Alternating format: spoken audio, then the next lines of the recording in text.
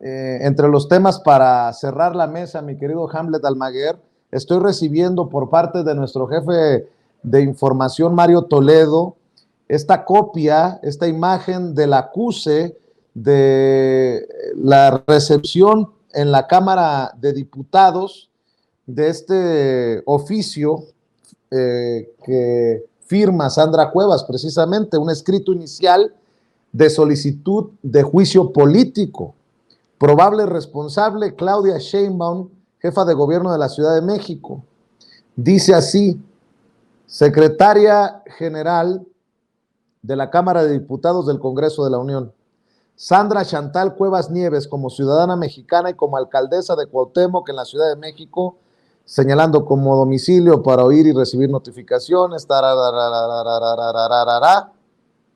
dice que está con fundamento en lo previsto por los artículos 10, 110 y 114 de la Constitución Política de los Estados Unidos Mexicanos, en relación a los artículos 5 a 24 de la Ley Federal de Responsabilidades de los Servidores Públicos, presentando esta solicitud de juicio político contra la jefa de gobierno.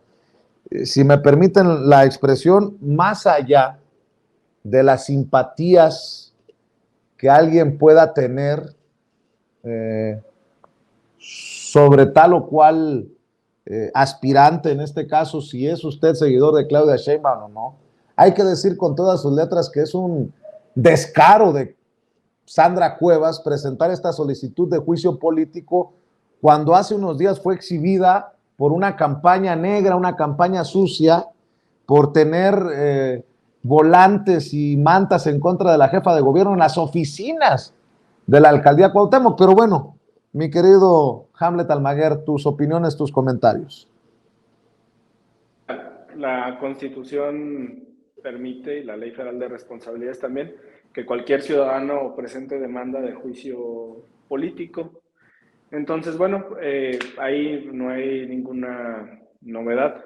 Lo interesante es que para que el juicio político proceda se requiere la comprobación de una violación constitucional. Y en realidad quien está en este momento en entredicho es la denunciante, precisamente por la campaña negra y los indicios que existen del uso de recursos públicos para poder generarla y almacenarla y distribuirla utilizando infraestructura del gobierno de la Ciudad de México.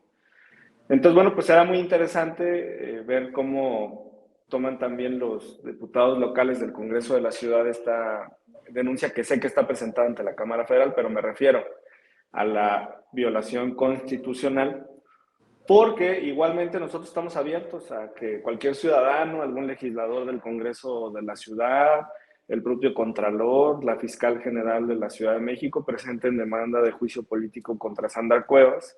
Y con mucho gusto nosotros la vamos a atender en la subcomisión de examen previo. Yo creo que es importante que cuando alguien estime que hay una violación constitucional por parte de un servidor público, eso se le envíe a la Cámara Federal.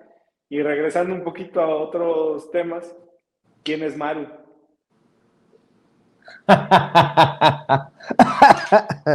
Pues sí, en relación a esto que con lo que quiso atacar Maru Campos, Andrea Chávez. Oye, Hamlet, algo más sobre la presencia de los aspirantes a la candidatura de la coalición Juntos Hacemos Historia en el 2024, los mensajes, lo que se dijo, lo que no se dijo en esta plenaria el día de hoy en la Cámara de Diputados.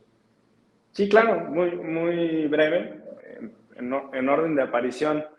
El secretario Adán Augusto centró su mensaje en la renovación del Instituto Nacional Electoral. Más tarde dijo a medios que estábamos dispuestos a la insaculación.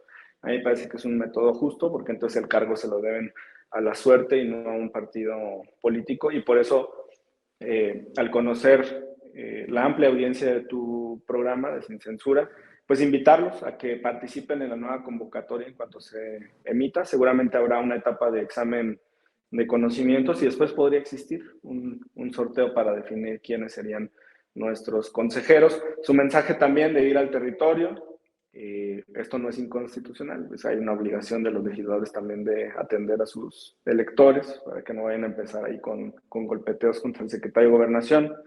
En el tema de Noroña, pues yo rescato su llamado a la igualdad y pues la precisión que hace sobre el caso particular de Coahuila.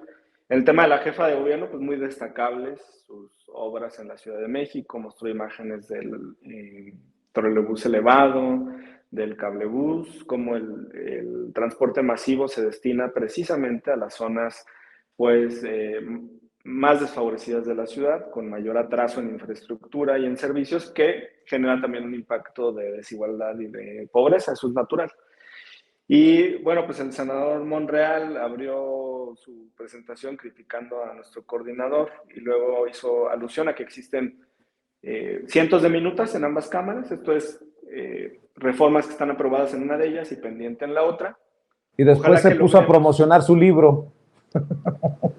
Sí, después habló de su 38º libro, dijo que estaba abierto a la crítica.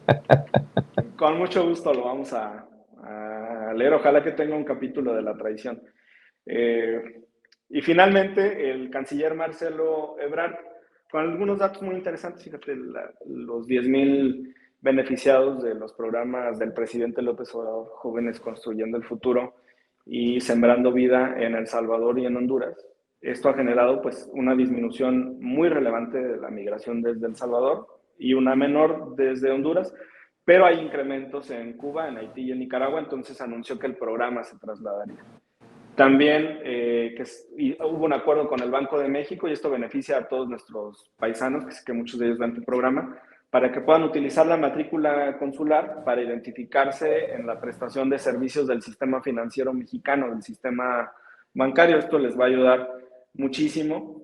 Les quiero comentar también, Vicente, esto no ocurrió en la plenaria de diputados federales y esta es la razón por la cual no pude acompañar a Andrea. Ayer estuve en el Instituto Nacional de Formación Política en un diálogo con 150 diputados locales y estuvo de Morena, por supuesto, de todas las entidades, y estuvo presente, fue desde la mañana hasta la noche, estuvo presente la directora de Telecom y nos informó que en este momento la entidad que cobra una menor tasa por las remesas y que paga un mejor tipo de cambio es precisamente Telecom, que es una institución pues propia del Estado mexicano y ya ha logrado enviar 2.300 millones de dólares en remesas en el último año y robarle un segmento del mercado que hasta ahora tenía cautivo Banco Azteca y su director, bueno, su presidente, Ricardo Salinas Pliego. Entonces, bueno, buenas noticias por todos lados, reconocer a los 4 por su gran trabajo, por su esfuerzo y su disposición en ir en unidad, y de nuestra parte también. Y finalmente, Vicente, mira, algo que acabamos de ver en redes sociales, Claudio X invitando a los ciudadanos a que se amparen contra la reforma electoral, y es lo mismo que dijo Lorenzo Córdoba, ¿no? Que hay que ampararse contra el plan B. Pues yo lamento mucho informarles, bueno, lo disfruto mucho, que la Suprema Corte de Justicia de la Nación ya determinó que el amparo en materia electoral es improcedente. Entonces, todas las demandas de amparo que presenten contra el plan B pues, se tendrían que desechar por los jueces federales. Y si algún juez admite una demanda de amparo, estaría violando la jurisprudencia de la Suprema Corte y eso constituye un delito en contra de la Administración de Justicia, Vicente. Muchas gracias por el tiempo. Muy buenas noches.